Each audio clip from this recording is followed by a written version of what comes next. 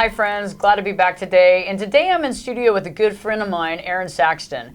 Erin has an amazing backstory. We'll talk about that in just a little bit. But you know, a lot of times on this channel, I'm talking about living your true life, finding out what your true life is, understanding that, and making changes that we need to. But one of the biggest things that I find is that our life has like different levels. We have like many lives in one lifetime, right? And so we have many changes, incremental changes, and things that we deal with. Some of us have a midlife crisis, some of us have a change, some of us have one career and then we go to a completely different career. Some of us have our minds one place and then we change it to another. Erin, so great to have you in studio today. Thanks, great to be here. I'm glad you're here. So Erin came all the way from New York and she's here in Dallas with me. How do you like Dallas so far? I love it. It's not my first time here. Oh. It's my first time here with you. Oh, see, I feel good about that. I'm in marketing. It's all about how you spin and word things. No, I love Dallas. Huge fan. So Erin and I met a while back, and a little bit about your background. You were a producer for The View, Barbara Walters. Tell us a little bit about that. Yeah, so I started off at Good Morning America internship, then went to Barbara Walters Specials, and Barbara was my mentor for a good long time. Worked at Rosie, Dow Jones, Wall Street Journal, had a TV show, and then one of the original producers of The View. And then I left there, sold that company. I went there to start a PR company, ran that for like 12 years or something, sold that, and I just keep going. You like the Energizer Bunny. I like wear sneakers. You do? Yeah. That's cool. Do you call them sneakers here in Texas? I do. Or they're tennis shoes? I call them sneakers. Yeah, I do too. So whatever you call them, I wear them. Nice. Yeah. Do you have multiple pairs of sneakers? Yeah, I'm like that guy, like, people are killing each other over my sneakers. 12 pairs of Air Jordans. I'm saying, originals. Oh, man. I know some people that have some of those. They call them sneaks. I don't know what they call them, but they're always, I got this pair of Air Jordans. Oh, these are like commemorative. I'm like, wow. I got 2 pairs of sneakers. One are old and one's not old. Right. One is for walking through mud and the other one is for showing up to the gym. Same, exactly. That's as far as I go on those. And my levels. favorite pair are always the pair that my puppy eats. Oh. I know, it's okay. We'll have the picture of the puppy. Yeah, we'll add him in. Okay, we'll add him in. So, when we first met, we were talking about all this stuff. I'm amazed by the amazing body of work that you've created. And I think a lot of folks that are watching this channel right now, you've created a career, you've been in a career, you've been successful in a career. Maybe you've been happy, maybe you haven't been happy, but you're looking for a change, and you're looking for that next lifetime in this lifetime. And I know that you've had multiple lifetimes in your lifetime. Yes. Yeah, I constantly try to reinvent myself, but not to the point where I'm a dabbler. Mm-hmm. Like I never want to be like hey, want to buy a watch? Like, hey, how about DVDs? No, I mean, no one has DVDs anymore. But, so I try to reinvent myself just because I'll be bored, right? Yeah. If not. But I just feel like sometimes you do things because you need to do them because you need that money, or I did it because I need the money. But no, you do it because that was the opportunity and you'd be crazy to pass it by. But a lot of times you do something because that's just the situation and it's a choice of the lesser of two evils. So you finally want to get back to where you want to be. And so then you reinvent yourself.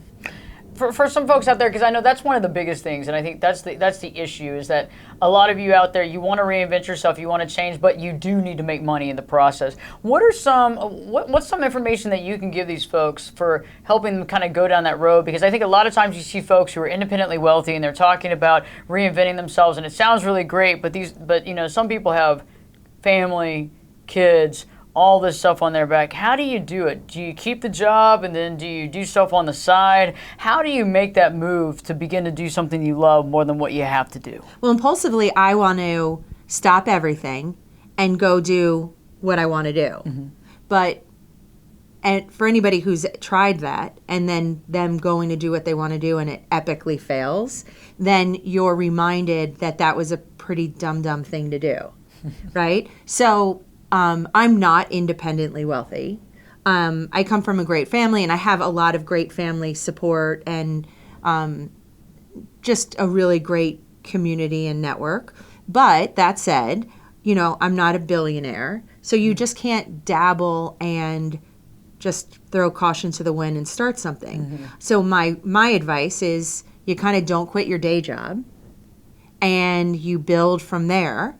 And then, but chart it on a calendar or set an alarm on your phone and just make strides that you can always, like right now, I'm really trying to get my video podcast show off the ground. Right. Trust me, I want to do nothing else but work on that show. Because I'm finally like, I'm going to do this show. I'm finally going to just admit that I want to be on camera. Not because I think I'm gorgeous or sexy or thin or anything like that, but just because randomly how my brain works, I know I'm supposed to be on camera talking to people. Like, I just know that's what I'm supposed to do. I feel it in my soul.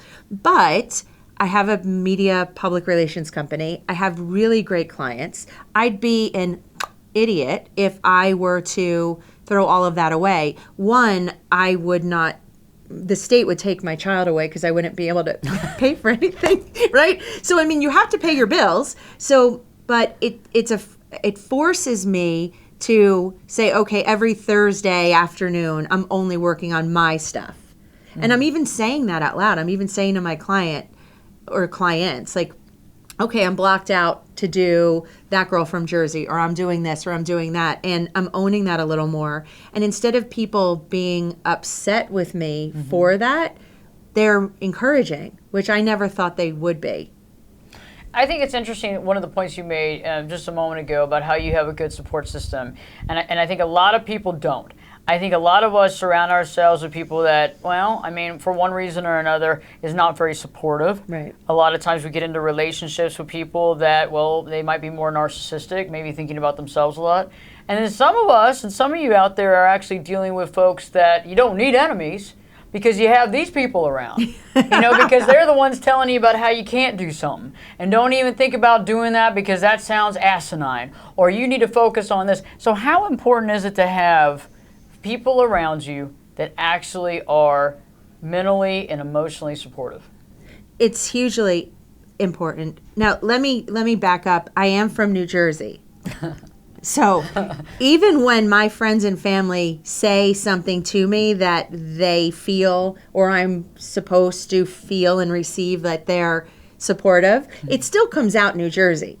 So, there are times where if I listen to everybody, and mostly everyone's lovely, right? But it's not like I am surrounded by, fairies and, leprechauns that have nothing but lovely things to say. I mean, I am from the East Coast. So, a lot of times people are like, why do you think you need to have a video show? And like they do this where they get that brow, like right there I just want to put Botox in so they can't make that face at me anymore, And I'm like, shut up. Like that's what I ended up saying. So for a while there, right? So I'm like, shut up. I love it. So for a while there, I was listening to and I'm not necessarily talking about my immediate family, but like the outskirts groups, or even in my industry, like as a TV producer, if you say you want to be on camera, you're immediately thought of as like, oh, someone thinks she's great, So you want to just kind of tune that part out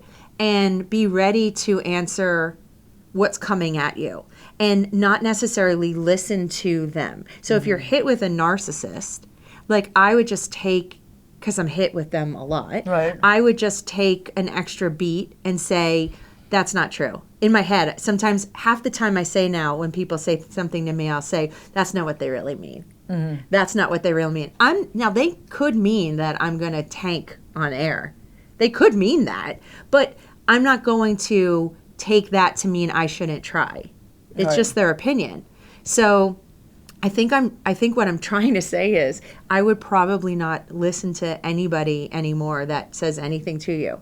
I don't even want to listen to the people that are overly positive to me. And that's an interesting point that you bring up because it's interesting. What I've realized is that the more secure you become in yourself, and it's a lot of work, and it's taken me a lot of work to get there, that when people say some amazing things to you, it's great. But people say some horrible things to you, it is. But I found that we can't really get attached to what other people feel or think about us. And it's like I realize that because what happens is, think about it. How often does somebody give you the most amazing like compliment? Oh, and it's great for like the first 30 minutes, and you think about it, and then it's gone.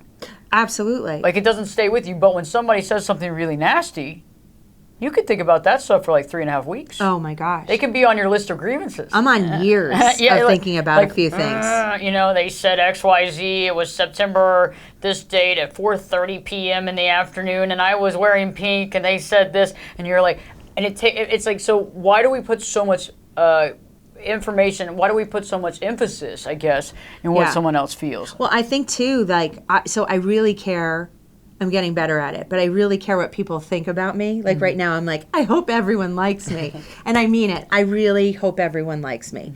I'm like that Rose Island of the Golden Girls. Like I know, like my son's age, people are, but I'm just like, I really want everyone to like me. And for the right reasons, And I have come to the conclusion that not everyone's going to like me. And so what I have told myself is that if I'm not going to listen to all of the yucky crud that is coming out of people's mouths, then I can't always listen to the great unicorns and cupcakes compliments coming out of people's mouths also. I have to balance. There's no way I can totally like, tell me how much you like me. And I accept and receive that and eat it for breakfast and yet be like, oh, they don't know what they're talking about. Like if I'm going to receive the good, I then have to receive the bad. But receiving the bad is so painful to me that I then go, okay, I'll make you a deal. I'm talking to myself here.